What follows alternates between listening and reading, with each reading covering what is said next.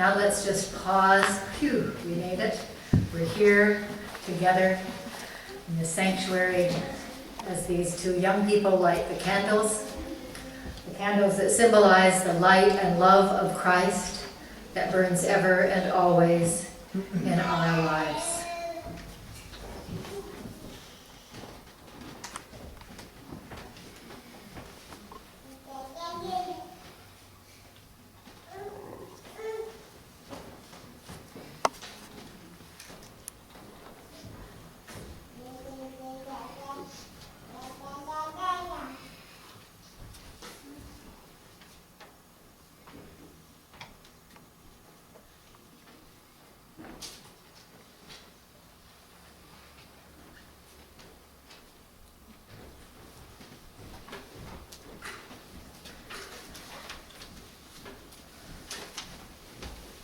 Amen.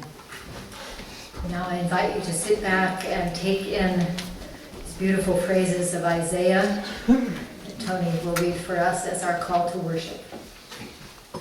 Oh, everyone who thirsts, come to the waters. And you that have no money, come buy and eat. Come buy wine and milk without money and without price.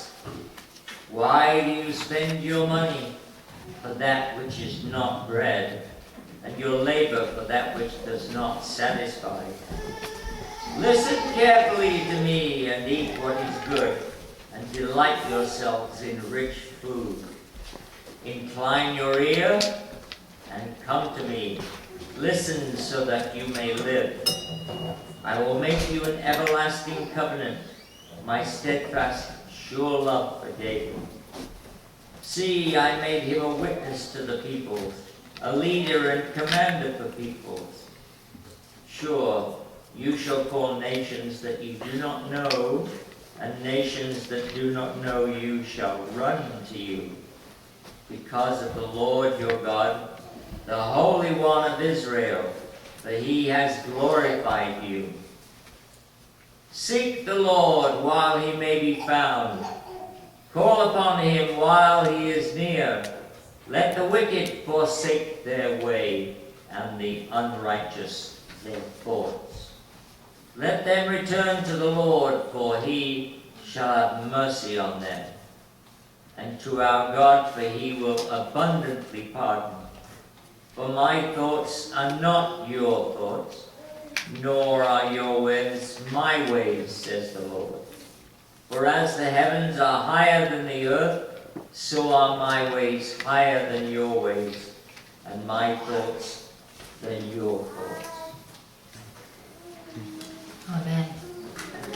I'd invite you then to stand and sing together, if you are able, hymn number 609.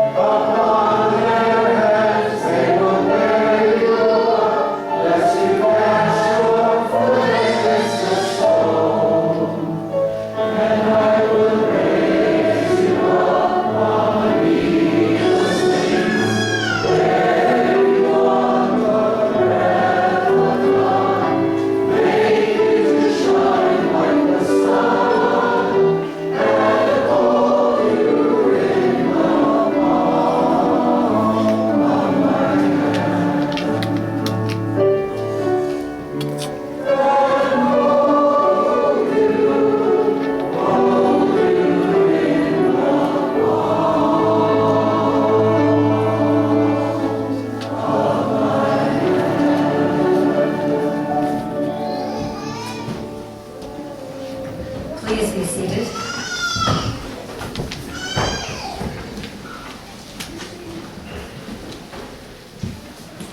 You have your bulletin. The scripture for today is so beautiful. I wanted you to be able to listen to it in Tony's voice, and now I invite you to read together Psalm 63, verses 1 through 8. Beautiful, beautiful poetry and prayer. And I'd invite you to read it all together in unison before our time of silence and confession. Let us pray. O God, you are my God. I seek you. My soul thirsts for you. My flesh faints for you, as in a dry and weary land where there is no water. So I have looked upon you in the sanctuary, beholding your power and glory. Because your steadfast love is better than life, my lips will praise you. So I will bless you as long as I live. I will lift up my hands and call on your name. My soul is satisfied as with a rich feast, and my mouth praises you with joyful lips when I think of you on my bed and meditate on you in the watches of the night, for you have been my help, and in the shadow of your wings I sing for joy. My soul clings to you, your right hand upholds me. Let's pause now. Time of silence and meditation, confession, contemplation.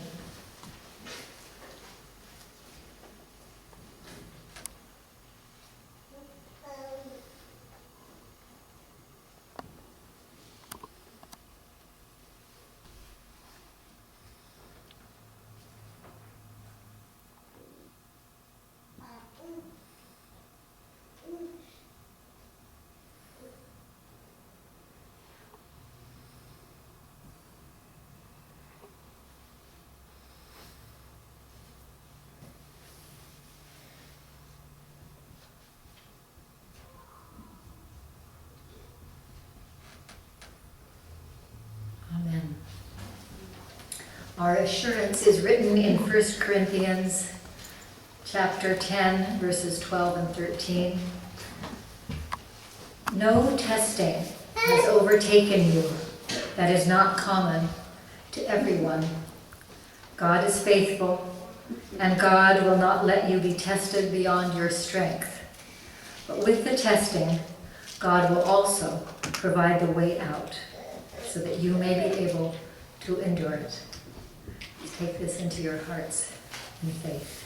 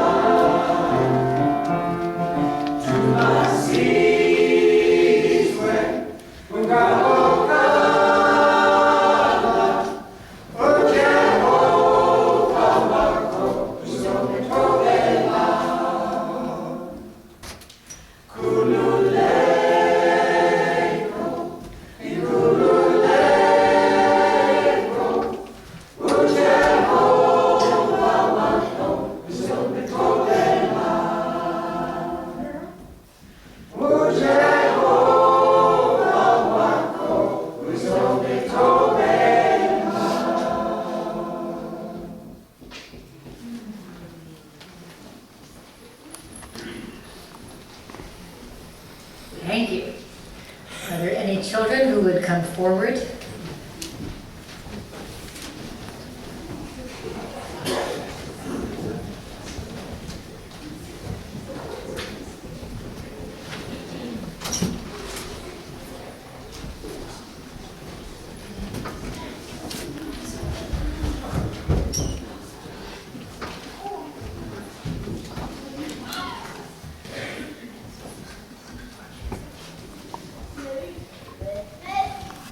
Merry Christmas to you.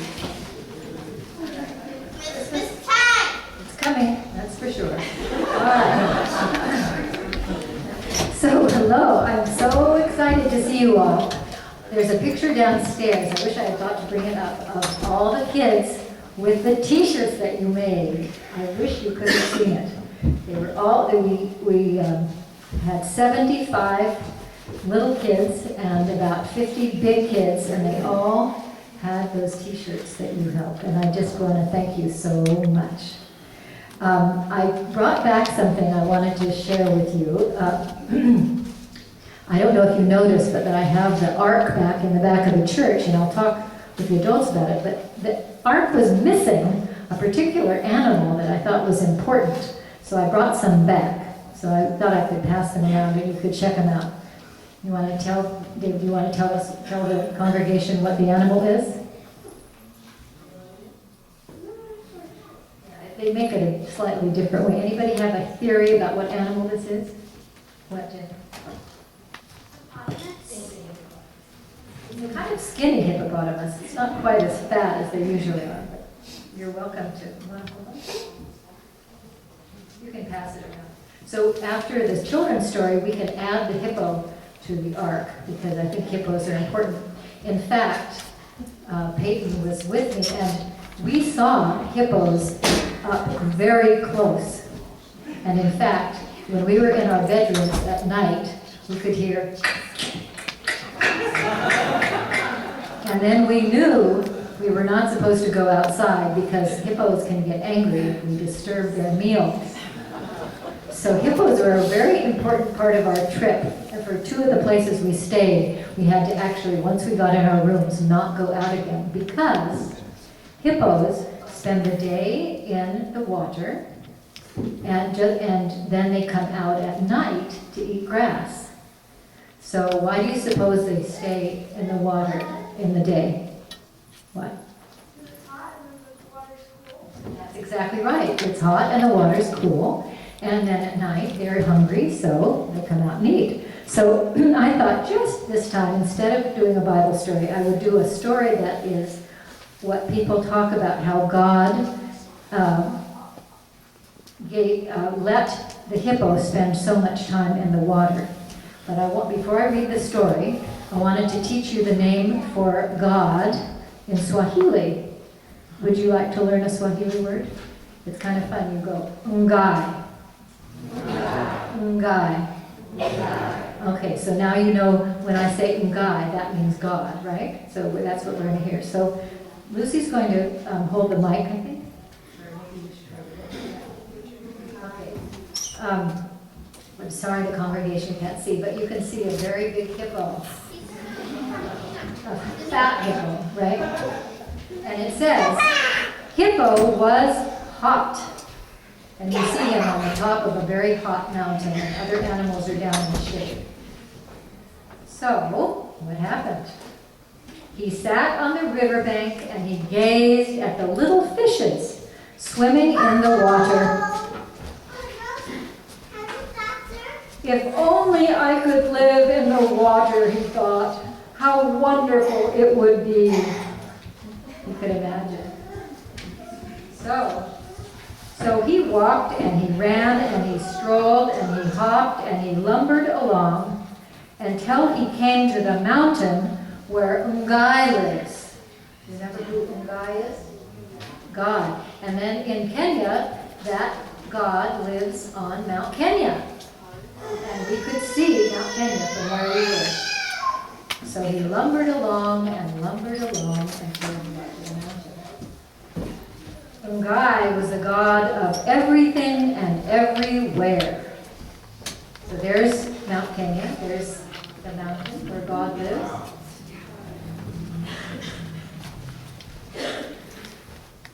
And Guy told the animals to live on the land and the fishes to live in the sea. So animals on the land and fishes in the sea, that was very organized, right? But the hippo had another idea. And Guy told the birds to fly in the air and the ants to live under the ground. So let's see if we can remember. So animals were on the earth. Who was in the water? Fish. Who was in the air? And who lived underground? Ants. Okay, very organized. Here are all the ants. Okay. And Guy had told Hippo that he was supposed to live where? On land in the grass. But Hippo wasn't happy. Please, oh great Guy, God of everything and everywhere, I would so much like to live in the rivers and streams, begged Hippo hopefully. I would still eat grass. And I will stir up the water with my tail so you can see I have not hidden the bones. And then there's a very big word. Aha! Thundered the voice of Ngai. Then you may live in the water, but Hippo waited. What was Ngai going to say? But you must come out of the water at night and eat grass, so that even in the dark, I can tell you are not eating my little fishes. Agreed? Agreed, sang Hippo happily. And he ran all the way home until he got to the river where he jumped in with a mighty splash. He was so happy. And there he is at the bottom of the river. Wow. So happy. Oh my gosh, God was a great God. He sank like a stone because he couldn't swim. But he could hold his breath and run along the bottom, which he does to this very day. And he stirs up the bottom by wagging his little tail so that Ngai can see he has not hidden any fish bones. And now and then he floats to the top and opens his huge mouth. You want to open your mouth like that? Ever so wide, and says, "Look, Ngai, no fishes!" And that's the end. All right, so I would like to pray. Dear God, I thank you so much for these children who worked so hard to send their love so far away to Kenya. So now there are over 100 children who know there are children in Guilford who love them. Help that love go on and on and on. Amen. Now we sing the song of Guilford. Love.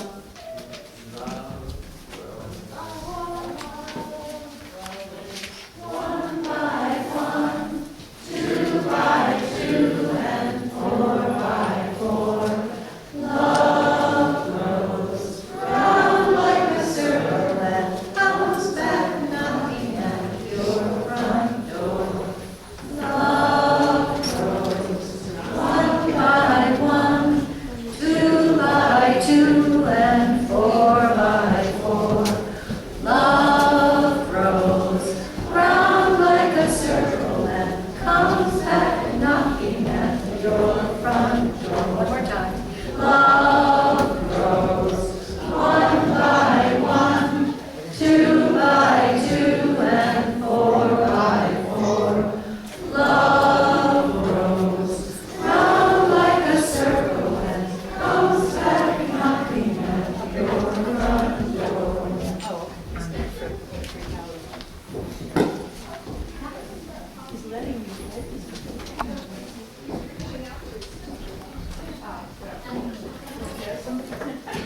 Morning. When Lisa asked me, thank you. When Lisa asked me to read the scriptures, I thought that in the Bible that I usually use at home, there was slightly better translation. So I said that it's all right to bring that and share it with you. And if anyone's interested, I can show it to you later. It's just a striving to keep all the spirit of the Bible, but to make some phrases more accessible to modern people. So the first reading is from 1 Corinthians chapter 10, verses 1 through 13, called The Dangers of Taking Part in Ritual Meals of Sacrifice. I will not leave you, dear brothers and sisters, in ignorance about what it means that our fathers were all under a cloud and passed through the sea. Through the cloud and the sea, they all received the baptism of Moses. They also all ate the same spiritual food and drank the same spiritual drink. For they drank from the spiritual rock which accompanied their way, and this rock was the Christ. Many of them, however, did not fulfill the divine expectation and met their end in the desert. All these are picture events for us. We should not fall under the domination of destructive passions as they did.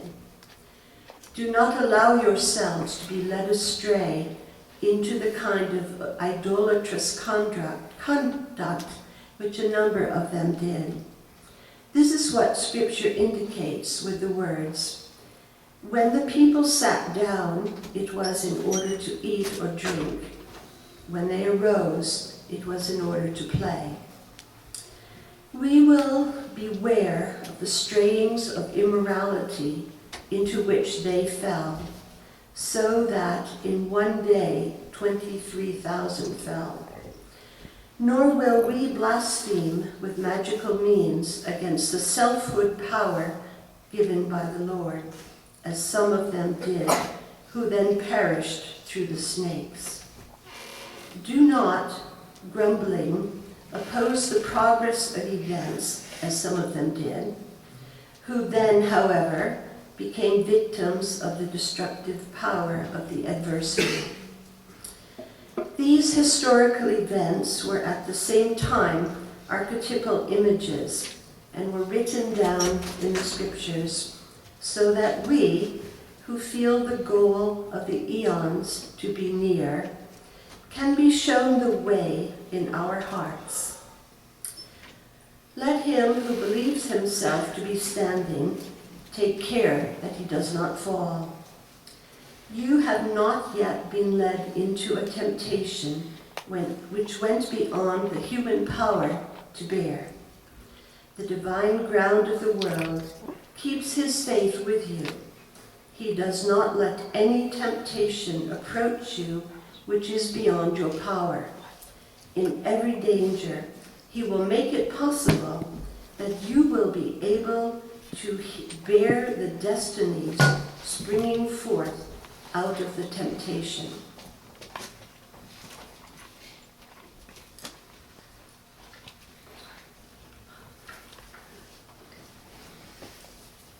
And from Luke, chapter 13, verses 1 to 9. Questions about guilt. At that time, people came to him and told him about the Galileans whose blood Pilate had mingled with the blood of their own sacrificial animals. And he said to them, "Do you think that those Galileans were worse sinners than the other people in Galilee because they suffered such a fate? No, I tell you, if you do not change your heart and mind, you will all perish likewise. Or remember those 18 who were crushed and killed when the Tower of Siloam collapsed? Do you think that they were more guilty than the other inhabitants of Jerusalem? No, I tell you, if you do not change your heart and mind, you will all perish likewise. The parable of the fig tree.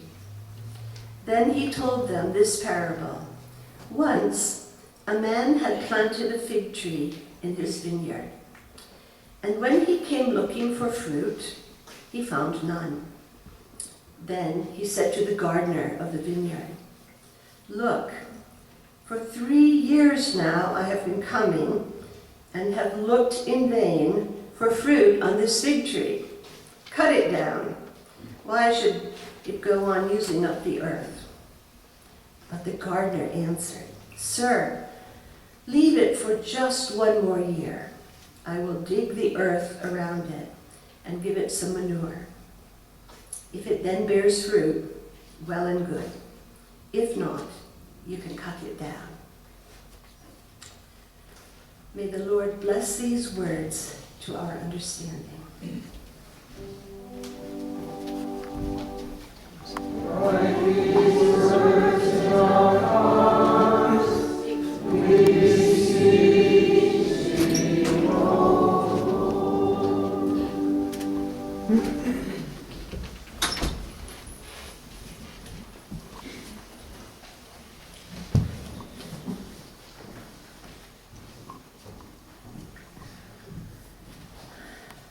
Let us pray. Blessed Lord, may the words of my mouth and the meditations of all of our hearts together be acceptable in thy sight, O God, our rock and our Redeemer. Amen. I wanted to admit that I got caught up on the image of the ark, and so I'm going to borrow a little bit liberally from a piece that Suzanne Guthrie wrote just to start out, and you'll see why. During Lent this year, and I admit I've already missed 2 Sundays, which is a tough thing to miss because it's a wonderful season. The lectionary readings from the Hebrew take the church week by week through covenants in holy history. So you saw Mary read about the time in the desert, Noah's challenge on the sea. These are moments where people in dire straits made a covenant with God and were carried through these dark and terrible times. This Sunday offers us consideration of the covenant with Noah in particular. The scripture writes, "Our ancestors were all under the cloud and all passed through the sea." So the sea actually could be either the cloud with which we traveled across the desert with Moses and across the Red Sea, of course, but it could also be the cloud of the storm and the sea for the 40 days. So this is this idea of this time of Lent that Tony talked about, the 40 days. But they were all baptized into Moses in the cloud and the sea. So this was all the same challenge, the same spiritual food, and it says that it drank the same spiritual drink. So these times of challenge are all the same, are all spiritual teachings and learning. Then Suzanne Guthrie goes on to write, she says, the church can be seen as the ark. Lent is the ark. Wisdom is the ark. Even our heart is the ark. A place of safety, and yet a place that carries us to a new place, a place of transformation. Enclosed and tossed upon turbulent seas of sin and chaos, she writes, these 40 days of Lent give the Christian a time of growing, transformation, renewing of our lives from the core of our hearts. Thus we emerge from Lent and Holy Week to face again the uncreated light of the resurrection. Transformation. So of course when we talk of churches, we talk of the nave of the church, which of course means ship. We're talking about coming to a place each week where we feel protected and guided. How can I get through another week? And with God's grace, we leave these doors once again connected to the spirit of hope that we all need. In Christian tradition, there's a dictionary, Penguin Dictionary says that Noah's Ark stands as the symbol of the house, protected by God, preserving all things. The Ark of the Covenant was the symbol of God's presence among his chosen people. And as you know, in Jewish tradition, they have a portable ark that they carry, a portable sanctuary, so that no matter where they are, they have this covenant with God. The ark of the heart, our hearts, is analogous with that most secret place in the temple. I don't know how many of you studied the construction of the temple in ancient times. There was a huge big courtyard where anyone could come, and then there was a precious sanctuary where only the priests could go. And we talk about that as being ourselves, is that we have those very public parts of ourselves that anyone can see, and then we have that protected ark of our heart where only God knows our truths. So again, this ark is such an important symbol for all of us when we think of our spiritual lives, of our inner truth and our outer expression of that truth. An ark can be a place where a person in prayer goes, and this is the place where I'm going to kind of land today. The ark, when you think of Noah and his ark and putting all of his precious creatures in it, this also can be a place of our memories. The things that we go back to, sort of like a treasure chest that we can take things out of and remember those dark times when God saw us through a particular place, or remember that person who taught us a sort of loving kindness that we had never known. It's as if we can take the top off the ark as we can back there and take out treasures that help us remember who we truly are and what is really important to us. Another person writes, an ark is like an apothecary shop filled with all the variety of delights. You will seek nothing in it which you do not find, and when you find one thing, you will see many more. Here are bountifully contained the universal works of our salvation from the beginning of the world until the end. So the Bible, the Torah, can become that ark of treasures from which we learn. Our hearts can become that ark.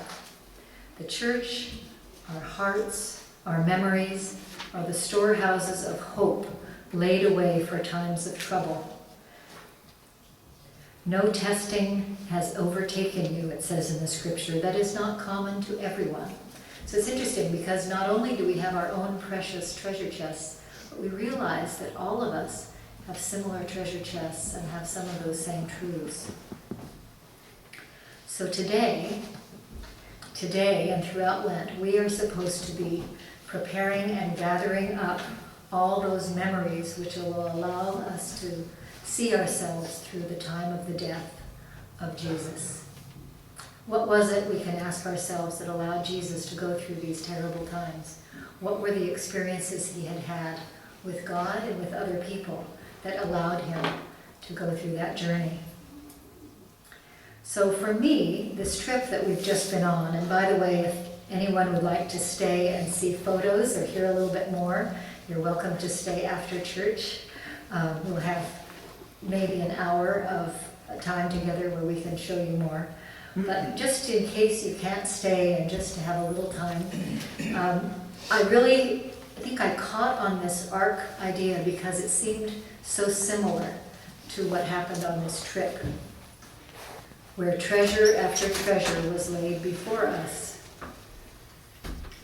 It's as if the orphans, who we've now known for 10 years, could have said to us, look, see how we've grown. We're smiling. We know you. So these are children who 10 years ago were seemingly hopeless, and now through these years they continue to grow, and they continue to be stronger. They continue to have faith. And then there were those trees on the hillsides. They might as well have stood up straight and said, here we are, we're still growing. So we looked down the hill and I could say to people, we planted those trees. And it's dry and people are using those branches for firewood, but the trees are still there. And then there's the school. Well, the school is not quite finished, but it's very luminous nonetheless compared to the rubble that it was. It could as well have been the fig tree. We could look at it and go, oh my goodness. But on the other hand, we heard them say again, come again in another year. Come again and we'll be finished. Come again and we will see the school filled with children. So as we left the place we now know so well, and we bumped for hours and hours, and Reese in his Facebook entry wrote, grueling hours over dusty roads. I kept thinking of the words of a hymn, which I don't know what the tune is, but it starts out, O love, how deep, how broad, how high, beyond all thought and fantasy, that God, the Son of God, should take our mortal form for mortal's sake. There's something about the broad expanse, you can imagine, that to think that on the same Sunday that you were worshiping, we were worshiping. We were so very far away, and yet there was the same broad sky, vast plain, and there were animals sort of sprinkled about like decorations. Oh, a giraffe, a baboon. Look at all those zebras, as if it was the most natural thing in the world, while you were here with the Holstein cows. From that perspective, God seemed so immense that it was clear God is so broad and immense and mysterious. We couldn't never know the mystery of it all. And then, of course, there was Jesus. So Jesus was everywhere, on motorcycles, which they call Boda Boda, probably Christ saves, or Jesus my brother, or shops that say Jesus, or t-shirts that say Jesus. Everywhere and all and everywhere was Jesus. Even as we drove by the mosque or looked in a curio shop, Jesus and the word Jesus was written everywhere. And it was just fine to have the Muslims and the Christians both wear Jesus t-shirts. More recently, a theologian has added the earth itself as another image we can use for the ark. All our preciousness. Remember that the astronomer, you know what I mean. Yes. Astronaut looked down at the earth and saw everything that is precious to us in this one small planet. And that's the type of experience we had. We are so hopeful and so at risk. So, if nothing else arises from the photos you might see today and from the stories you might hear from those who traveled, I pray that you take one or two of the jewels and put them in your own treasure chest. Treasure chests of mysteries. Think of the fact that Al Franklin has traveled to Kenya, that his granddaughter, or god-granddaughter, was there too. Think of the fact that this little, I don't know how many heard this story, but I have all the pictures of the orphans, current pictures, and I know many of you took them a couple years ago to pray for. So Peyton had taken one of a little girl named Stella, and she brought it with her, and she said, do you know if we can see this little girl Stella for whom she'd been praying all these years? And I said, well, I know Stella. And so there she was in the very front row. And so one of the moments we had was where Peyton met Stella and Stella met Peyton. They'd known each other for years. I mean, they'd been connected for these years, and then they actually could grasp each other's hands. I hope that that's a treasure that you can put in your chest for the day when you're feeling hopeful about the state of the universe. I hope that you will ponder how best then to use your gifts, because you have many gifts, each of you. So many of you gave glasses or clothing, or I can't even count the numbers of things that we carried with us as a blessing in our own little arks. I just pray that when times get tough, that you are able somehow to imagine the breadth of the safari plains and open your arms You can dance with the rhythm that we were invited to dance with, all humanity, in rhythm with the grasses, in rhythm with the skies, in rhythm with the vastness of the earth, and awake to all the jewels which are God's many, many creations. Amen.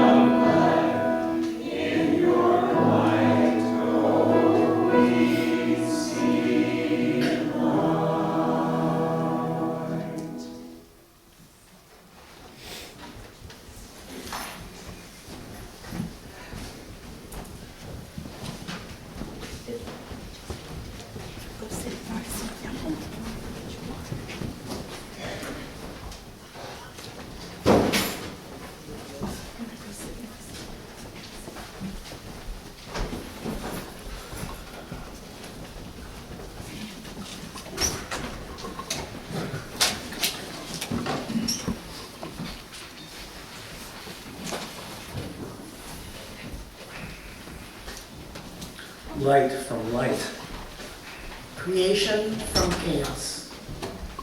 life from death, Joy from sorrow. hope from despair, peace from hate. Holy God, to whom we turn in our trouble, And from whom we receive life and well-being, even in the face of death. we gladly and without reservation assert, You are the one who gives life. you are the one who hears our prayers. You are the one who turns our jungles of threat into peaceable zones of life. You are the one who has kept us since birth. Who stands by us in our failure and shame. Who moves against our anxiety to make us free. You who are the one who does not hide your face when we call. So we praise you. We worship you. We adore you. We yield our life over to you in glad thanksgiving. As an act of praise, we submit our sick and our dead to you. As an act of praise, we submit more and more of our life to you. As an act of praise, we notice your poor and pledge our energy on their behalf. And as an act of praise, we say yes to you and your rule over us. We say yes, yes, amen, And amen.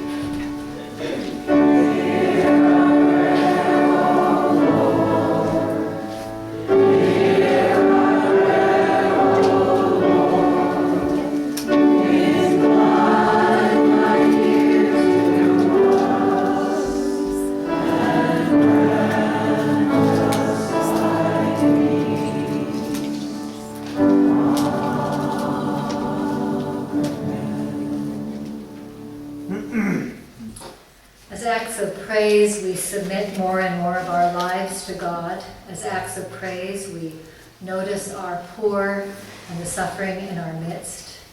As an act of praise, we pledge our gifts to the work of this church and of God. Let us now, in praise, make our morning offering.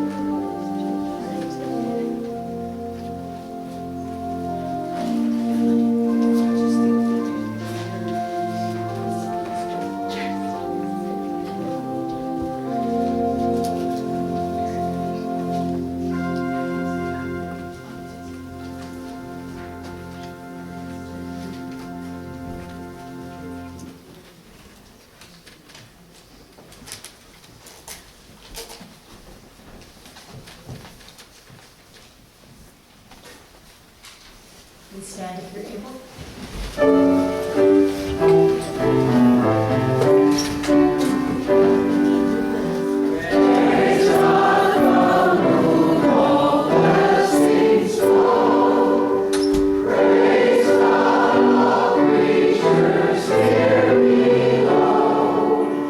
Praise God, all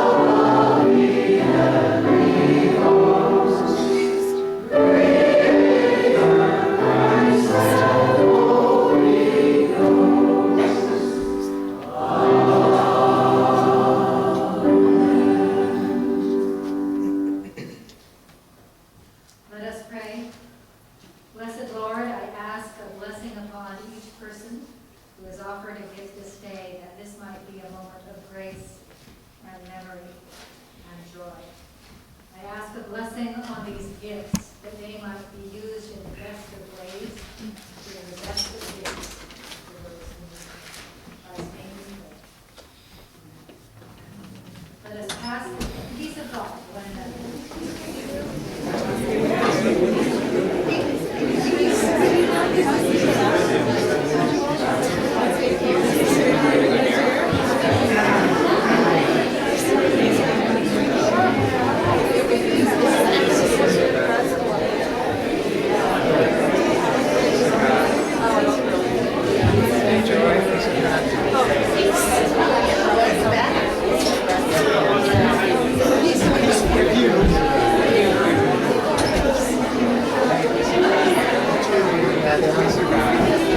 Okay, our closing hymn is number 411.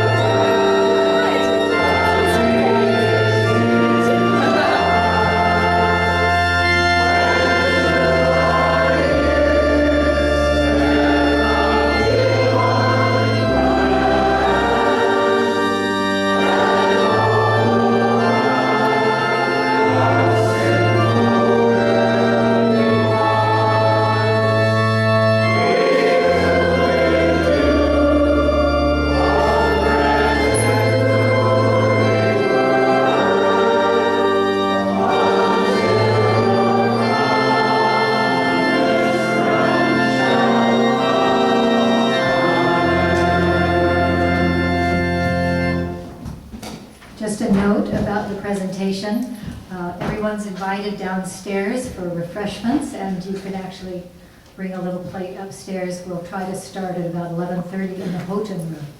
Everyone is welcome. And now our time of worship is over. Our service continues. And as you continue out into the world, may God bless you and keep you. May God's face shine upon you and through you, now and forever. Amen.